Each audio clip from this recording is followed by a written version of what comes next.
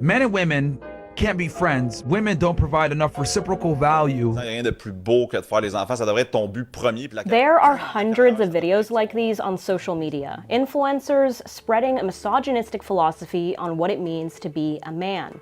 This part of the internet, coined the manosphere, targets young men and boys. It has a lot of organizations and educators trying to figure out how to intervene and address these beliefs head on. So how have these conversations been going? Make it an interactive process.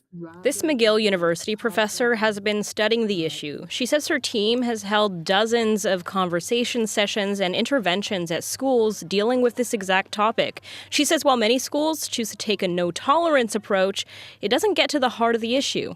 They like very much when you allow them to talk about sensitive topic without prescribing what should be said.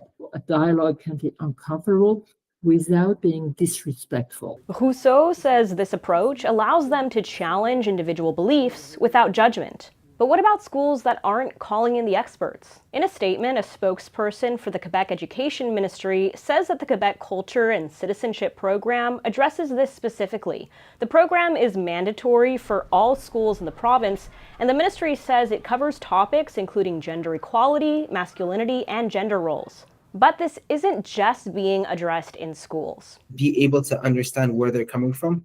This social worker says he's had plenty of these conversations with his teenage clients. Rather than shaming the boys for the content that they consume, we just use critical reflection to say, okay, what are you watching this? Why are you watching this? You start to understand shaping their values, shaping their reflections, and shaping what they really feel. This is really what you start to look at on like what mental health is, and what a healthy relationship is, and like what being a man really is. He says this advice also works for parents who want to have these conversations with their children. Approach the topic with understanding and patience. He says while these kinds of discussions may be difficult, it's best to get to the root of the problem and find out why these kinds of influencers can be appealing to actually help someone get over those feelings.